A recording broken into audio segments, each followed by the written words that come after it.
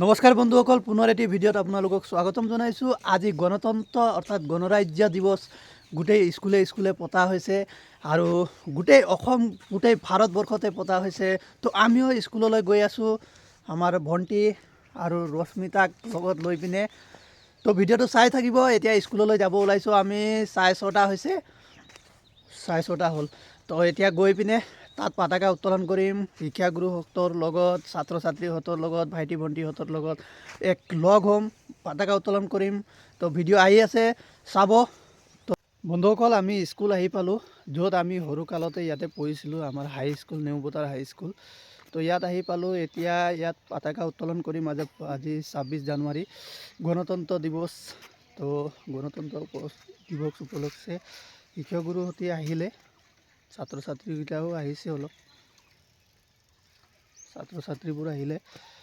তো আপোনালোকক দেখাম ভিতৰত গৈ, আজি পতাকা উত্তোলন কৰি দেখাম। বন্ধুসকল, এতিয়া আমি স্কুললৈ ভিতৰলৈ সোমাব লৈছোঁ। সোমাই আহিছোঁ, দেখিছোঁ এই শিক্ষাগুৰুসকলে প্ৰস্তুতি কাৰ্য চলি আছে। এতিয়া চব প্ৰস্তুতি চলি আছে।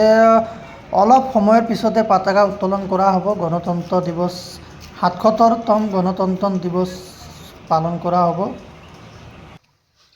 শ্ৰদ্ধাৰ শিক্ষাগুৰু, অভিভাৱক আৰু অতি মৰমৰ ছাত্ৰ ছাত্ৰীসকল, আজি আমি এই পবিত্ৰ দিনটোত আমি 26 জানুৱাৰী প্ৰজাতন্ত্ৰ দিৱস আমি উদযাপন কৰিব লৈছোঁ। গতিকে প্ৰথমে আমি চাকি জ্বলাই আমাৰ অনুষ্ঠানটো আগবঢ়াম। গতিকে কিৰণ ফুকন ছাৰ আৰু জীৱনী স্থিতি ছাৰক চাকি জ্বলাবলৈ মই অনুৰোধ জনালোঁ।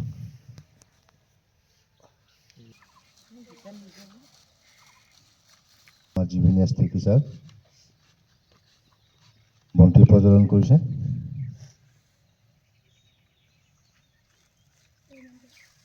আৰু ইয়াৰ অলপ পিছতে আমি ফ্লেগ হোষ্টিং কৰিম আৰু আমি সকলোৱে কি কৰিব লাগিব কওকচোন?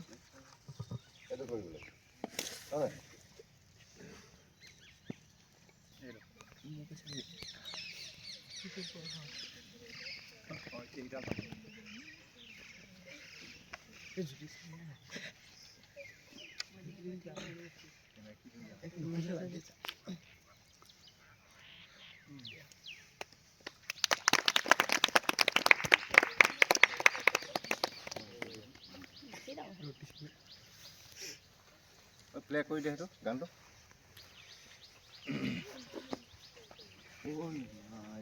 মোজা খতম, মোজা খতম হৈ যাব। তাত সেই টান দিয়া নাই, টানি কিনে বান্ধি হৈ যাব, অলপ পিছত হৈ যাব। এইটো কি ধুনীয়া হৈ যাব। Immense pride and respect and glory to celebrate the 76th Republic Day of India. 77 Republic Day of India. On this day, 26th day of January 1950, the Constitution of India was adopted. The Constitution of India is not only a legal document, but it is a soul of our nation. It guarantees us the right, justice, liberty, equality, fraternity to all the citizens of India. On this day, the 26th of January 1950, the Constitution declares that our India is a sovereign state, a sovereign nation. On this day, it is a remarkable day, and on this day onwards, we mark this day as a Republic Day. Democracy doesn't mean that it only guarantees rights and liberties, but it also reminds us the responsibilities and duties that we have to render towards our nation.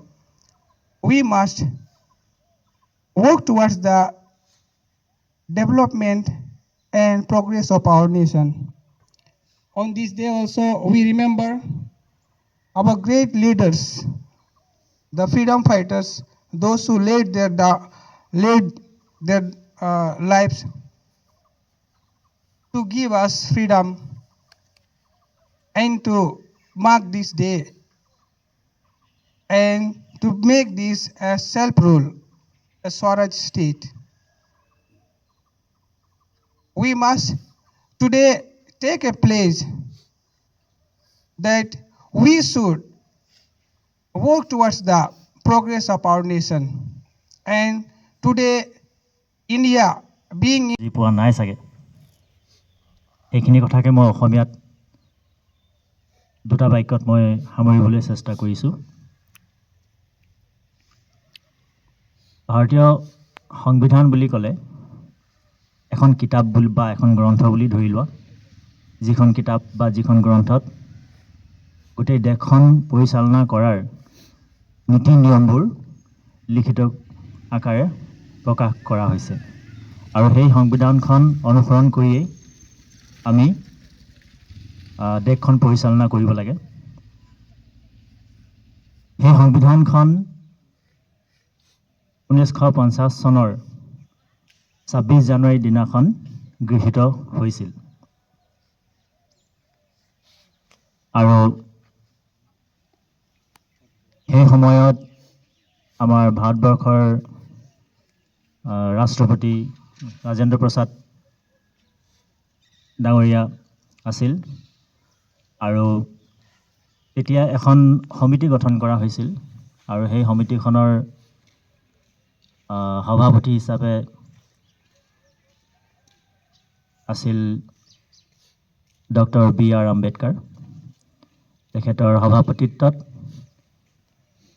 এই ভাৰতৰ সংবিধানখন গৃহীত হৈছিল আৰু যিদিনাখন সেই সংবিধানখন গৃহীত হৈছিল সেই দিৱসটোক বা সেই দিনটোত গণৰাজ্য দিৱস হিচাপে পৰিগণিত কৰা হয় আৰু সেই দিনাখনৰ পৰাই প্ৰত্যেক বছৰে ভাৰতবৰ্ষত গণৰাজ্য দিৱস হিচাপে পালন কৰি অহা হৈছে আৰু আজি আমি ইয়াত সেই দিনটোকে এই তিনিবৰ্ণীয়া জাতীয় পতাকাৰ তলত একগোট হৈছোঁ আমাৰ স্বাধীনতাৰ যি আনন্দ সেই আনন্দ উপভোগ কৰিবৰ বাবে আমি সকলো ভাৰতবৰ্ষবাসী কেৱল মাত্ৰ নেওপথাৰ হাইস্কুলেই নহয় অসমেই নহয় গোটেই ভাৰতবৰ্ষতে আজি এই শুভ সময়ত সকলো ভাৰতবাসীয়ে তিৰংগা পতাকাৰ তলত সকলোৱে আনন্দ উপভোগ কৰিছে এই আনন্দ আমি জানো ব্ৰিটিছক ভাৰতবৰ্ষৰ পৰা আমি বিতাড়িত কৰি 1947 চনৰ আজিৰ দিনটোতে আমি স্বাধীনতা লাভ কৰিছিলোঁ সেই